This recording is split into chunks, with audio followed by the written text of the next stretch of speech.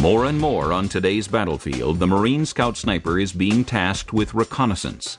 In order to successfully gather information in Iraq and Afghanistan, snipers have developed new tactics for both observation and deployment. A good insertion technique will move a team into their hide quickly and quietly, and the enemy will have no idea that snipers are in the area. The modern Marine sniper and his team have a wide range of sophisticated deployment methods to suit all kinds of missions.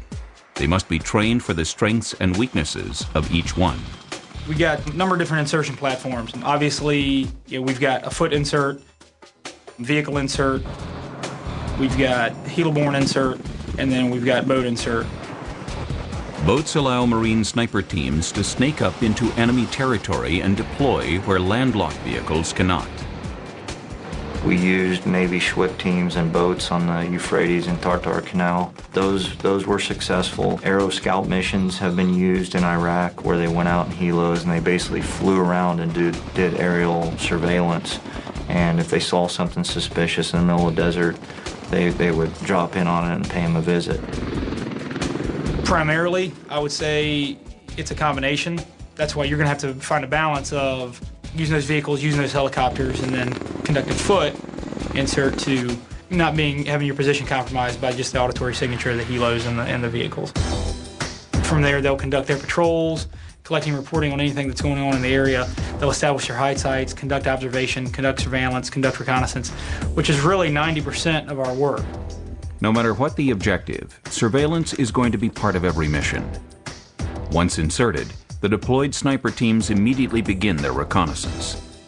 Marine snipers are trained to look for anything from indicators of an IED emplacement to daily activities of a high-value target.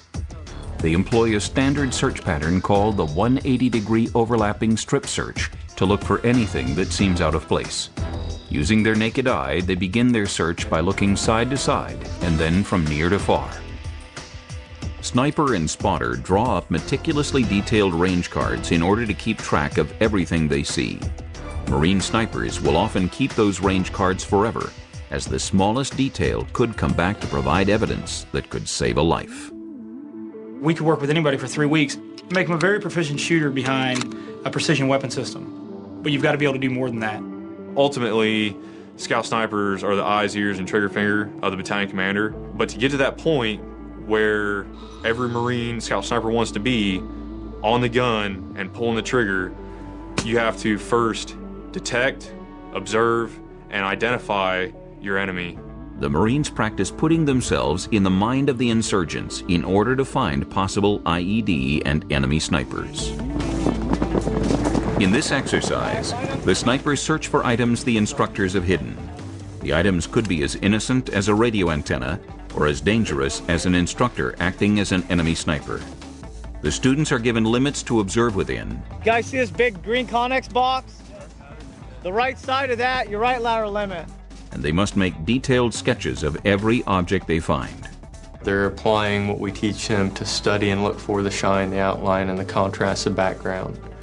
Those are their indicators that something isn't right. See the orange tube that's like standing up in there? When we do our exercises here and we have little tripod leg and little antenna sticking out here or there, it might seem on a small scale, but being able to look at an area and decide what goes there and what doesn't go there, that translates and is huge to be able to understand what's in place and what's out of place. They're looking at the baseline, first and foremost, of the area that they're looking at. And they're looking for what is different.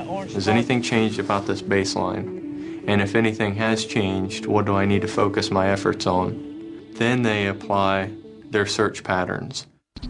What we got? Radio antenna! OE antenna! A piece to it, right? Yeah. Are you serious? Yeah, man. You didn't see that? No, I didn't see that. I suck at these. I don't know. Yeah, if you didn't get that, you are dumb. Who didn't get it? Yes, I was right. Say... Tripod handle. Oh, I was not right. I got that right. Tripod handle. Oh, man. That's not fair. Yeah, that is not fair. In this particular exercise, the final test for the students is to find the location of an enemy sniper. Well, they'll be aware that there's going to be a shot fired. At that time, they'll try to locate any possible enemy sniper locations. Once the shot breaks, if they see anything out of the ordinary, any dust that kicks up in here and goes out the door, maybe muzzle flash. Yep. You guys see a little bit move that time off the left side? Yes. Yeah. Obviously you're gonna see something. You're gonna see muzzle flash, but by then, guess what? You're dead. If nobody finds anything, then we'll fire one extra round, additional. After the first round, they should have somewhat of a general idea of where the shot came from. And then from there, after that second shot breaks, they should be able to pinpoint the location a little bit better. Is it to the right of the orange canvas inside the door right there? Hey, Sergeant Whitworth, go ahead and move out. Yeah, I knew. I saw you. Observation is providing continuous systematic observation on the battlefield. That means that you're looking at this area and you're at no time looking away. Your time is dedicated to this area. It's a vital skill on the battlefield, as every Marine instructor knows. And I was studying this piece of terrain. We had been observing this area for less than probably 15 minutes. So as we're looking at this area, I realize over the radio that a vehicle convoy is about to make their way down this road. And as I'm watching the road, I now see the convoy coming down the road, and as I watch the road, I see something that's tossed up on top of the road.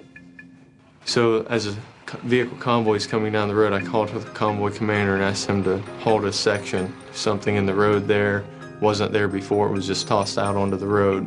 They look at this item that's in the road and find that, yes, as a matter of fact, it is a speed bump IED, but in addition, we also found 3 daisy-chained IEDs on the roadway. You know, that situation in and of itself proved, you know, practicing good sound observation can save the lives of not just one person, but it can save the lives of, you know, at that time, that was a significant convoy coming down the road.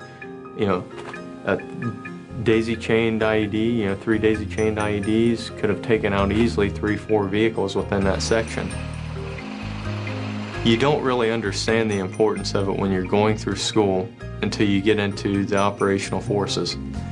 And it's at that time something is going to happen when you're doing observations that you detect or find something, and then it's going to click. With Marine Scout sniper teams being a precious and limited asset, steps have been taken to improve their survivability on the battlefield in the face of a dynamic enemy. Two of the tactics that have been modified to increase the survival rates of the snipers are extraction methods and team size. While it only takes one Marine to pull the trigger, the support, safety, and success of the sniper is dependent on the entire team. Like the Army, the Marines used to operate in 2 to 3 man teams, but in the current conflict, that is beginning to change. Initially, I would say in Iraq in 04-05 time frame, we started operating 5 and 6 man teams, 4 man teams to produce a more lethal and survivable team. Yes, can you stay more stealthy in a 2-man team? Definitely.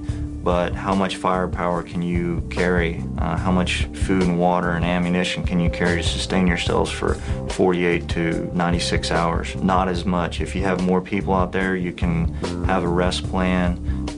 You can take more firepower, more ammunition, more food, more water.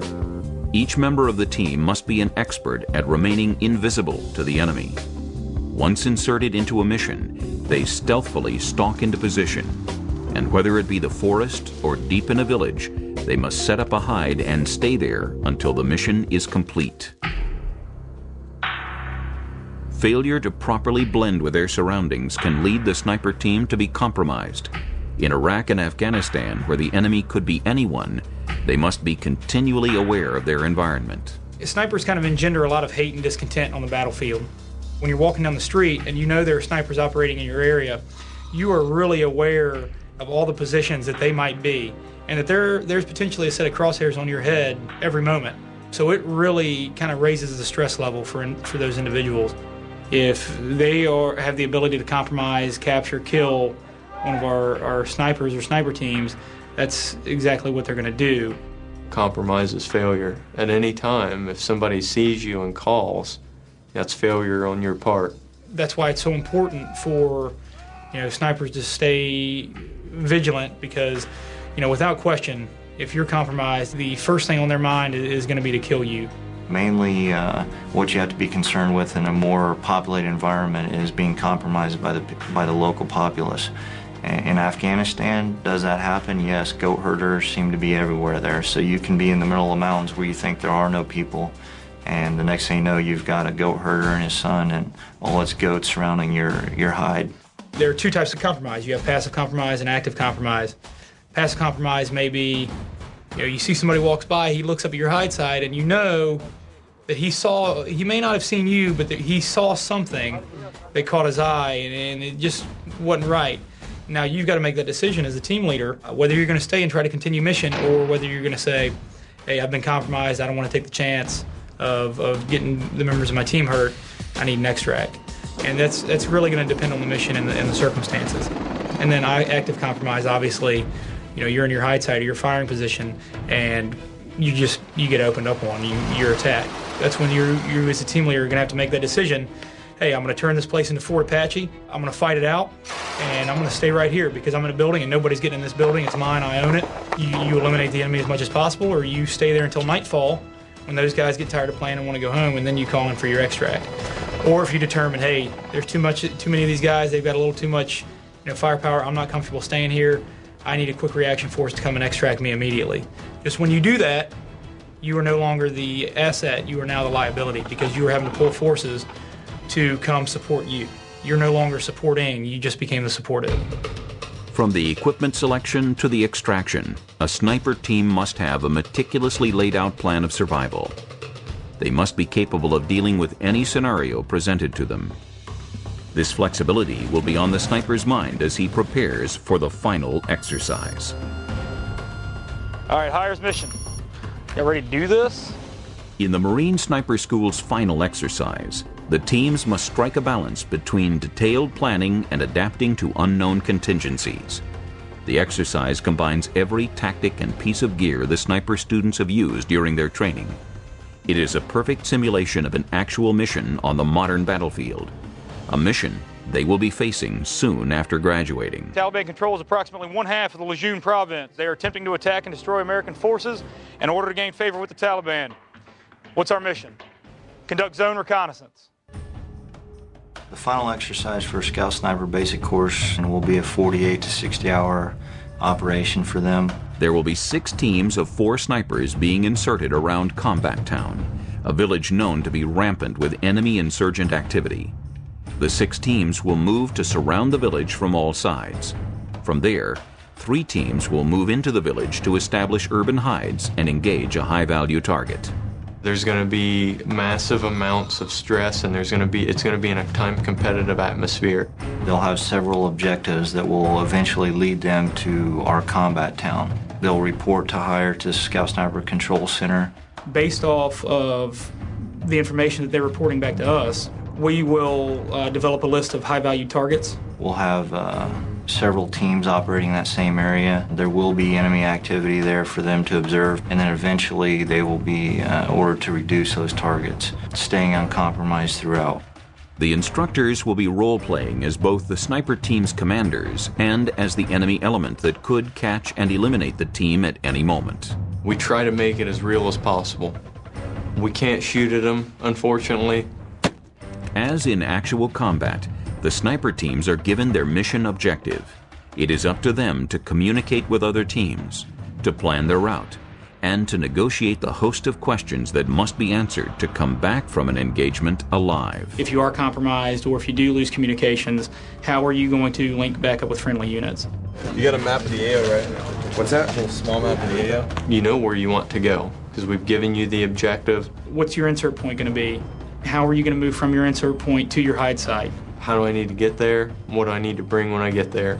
Once you're in your hide site, who's going to be doing what? Who's responsible for establishing the hide? Who's responsible for setting up security measures or early warning devices? Who's responsible for manning the radio? Who's going to be responsible for observations? This is all things that have to be planned for and rehearsed. Whatever you gotta do, man. You can just move to the next defendable position, figure out our next move from there. And that's something I always did in Iraq. That's about the best guidance I can give you. We're in a 4-man team. 2 people are spotters, 2 people are primary slick shooters, and we try to make it as close to combat as we can. It's to test them on all aspects of everything they've been taught here and to throw worst case scenario at them multiple times to see how they react to that.